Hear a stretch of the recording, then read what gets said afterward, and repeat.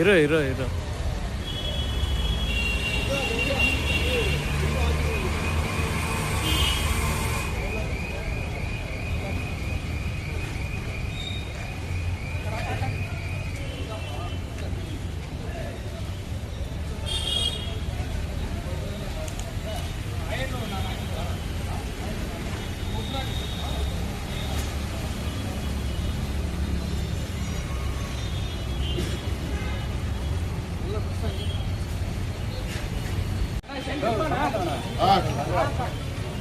ready sir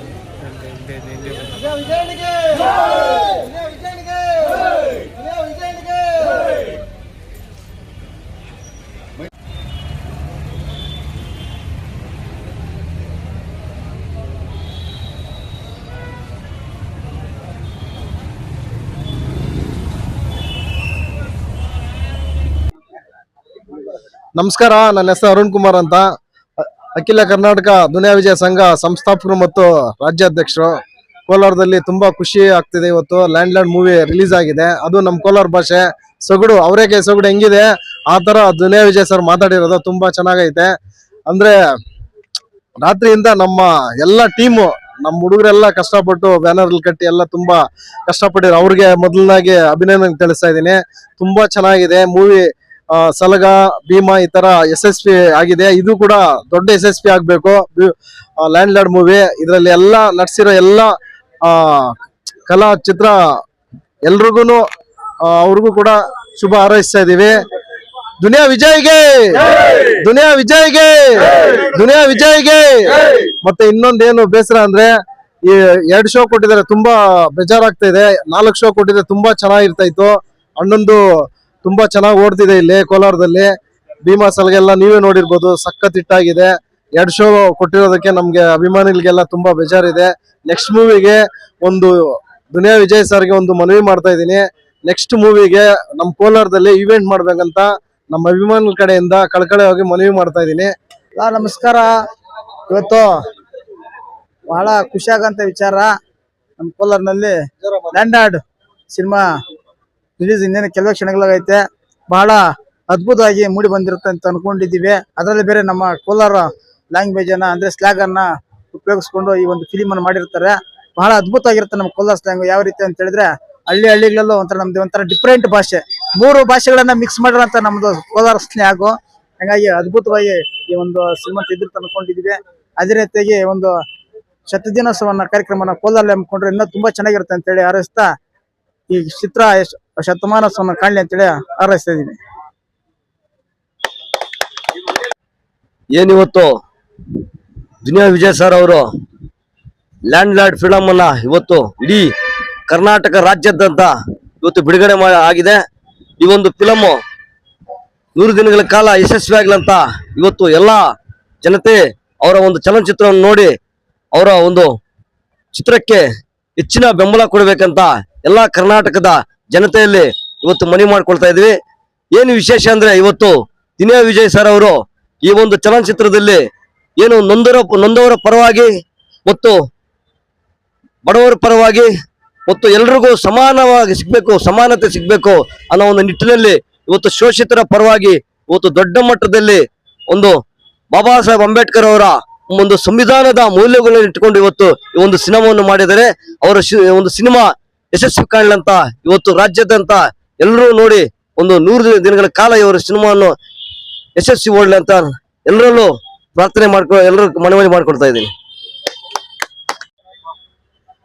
ನಮಸ್ಕಾರ. ಇವಾಗ ತಾನೇ ಸಿನಿಮಾ ನೋಡ್ಕೊಂಡ್ ಬಂದ್ರೆ ನಮ್ಮ ದುನಿಯಾ ವಿಜಯ್ ಬಾಸ್ ಲ್ಯಾಂಡ್ ಸಕ್ಕತ್ತಾಗಿದೆ ಮೂವಿ ಮಾತ್ರ. ಆ ಮೂವಿಯಲ್ಲಿ ಏನ್ ಸರ್ ಹಿಂಗಿದೆ ಸರ್, ಸಮಾನತೆ ಅನ್ನೋದು ಹೆಂಗ್ ತೋರ್ಸ್ಕೊಟ್ಟಿದ್ದಾರೆ. ನಮ್ಮ ಅವ್ರ ಅಪ್ಪನ ಕಾಲದಲ್ಲಿ ಯಾವ ತರ ಕಷ್ಟ ಇತ್ತು, ಎಷ್ಟು ಕಷ್ಟ ಪಡ್ತಿದ್ರು, ಕೂಲಿ ಮಾಡ್ಕೊಂಡೇ ಜೀವನ ಮಾಡ್ತಾ ಇದ್ರು. ಪ್ರತಿಯೊಂದು ಒಂದು ಹೊತ್ತು ಊಟಕ್ಕೆ ಎಷ್ಟು ಕಷ್ಟ ಪಡ್ತಾ ಇದ್ರು. ಆ ಕಾಲದಲ್ಲಿ ಯಾವ ತರ ಉಪಯೋಗಿಸ್ಕೊಂತ ಇದಾರೆ ಬಡವ್ರನ್ನ ಅನ್ನೋದು ನೀಟಾಗಿ ತೋರಿಸಿದ್ದಾರೆ. ನಿಜವಾಗ್ಲು ಇನ್ನೊಂದು ಪ್ರತಿಯೊಂದು ಈಗ ಏನಂದ್ರೆ ನಮ್ಮ ಕೋಲಾರಲ್ಲಿ ಎಲ್ಲ ಬಡ ಕುಟುಂಬಗಳು ಬಂದು ನೋಡ್ಬೇಕು. ಅದ್ರಲ್ಲಿ ಇನ್ಯಾರು ನೋಡ್ಬೇಕಂದ್ರೆ ರಾಜಕಾರಣಿಗಳು ಮತ್ತು ಪೊಲೀಸ್ ಅಧಿಕಾರಿಗಳು ನೋಡಿದ್ರೆ ಯಾವ ಹಳ್ಳಿಯಲ್ಲಿ ಏನ್ ಕಷ್ಟ ಇದೆ ಏನು ಅಂತ ನಿಜವಾಗ್ಲು ಈ ಮೂವಿಯಿಂದ ಅವರು ತಿಳ್ಕೊಂತಾರೆ. ನಿಜವಾಗ್ಲು ಅಷ್ಟು ಚೆನ್ನಾಗಿದೆ ಸರ್ ಮೂವಿ. ಅದೊಂದು ತುಂಬಾ ಬೇಜಾರಿದೆ. ಹೌದೌದು, ನಮ್ಮ ಕೋಲಾರ ಜನತೆಗೆ ಒಂದು ಮನವಿ ಮಾಡ್ತಾ ಇದ್ದೀನಿ, ಕರ್ನಾಟಕ ಜನತೆ ಕೂಡ ಮನವಿ ಮಾಡ್ತಾ ಇದ್ದೀನಿ. ನಮ್ಮ ಕನ್ನಡ ಸಿನಿಮಾನ ಬೆಳೆಸ್ಬೇಕು. ಯಾಕಂದ್ರೆ ಈಗ ಬರ್ತಕ್ಕಂತ ಸಿನಿಮಾಗಳೆಲ್ಲ ತೆಲುಗಲ್ಲ, ಅವ್ರ ಅಪ್ಪನಂಗಿದೆ ಕನ್ನಡ ಸಿನಿಮಾಗಳು. ಬಂದು ನೋಡಿ, ನಿಜವಾಗ್ಲು ಈ ಸಿನಿಮಾ ನೋಡಿ, ಕಾಟೇರ ಸಿನಿಮಾಗಿಂತ 100ರಷ್ಟು ಚೆನ್ನಾಗಿದೆ. ನಿಜವಾಗ್ಲು ತುಂಬಾ ಖುಷಿ ಆಗ್ತಾ ಇದೆ.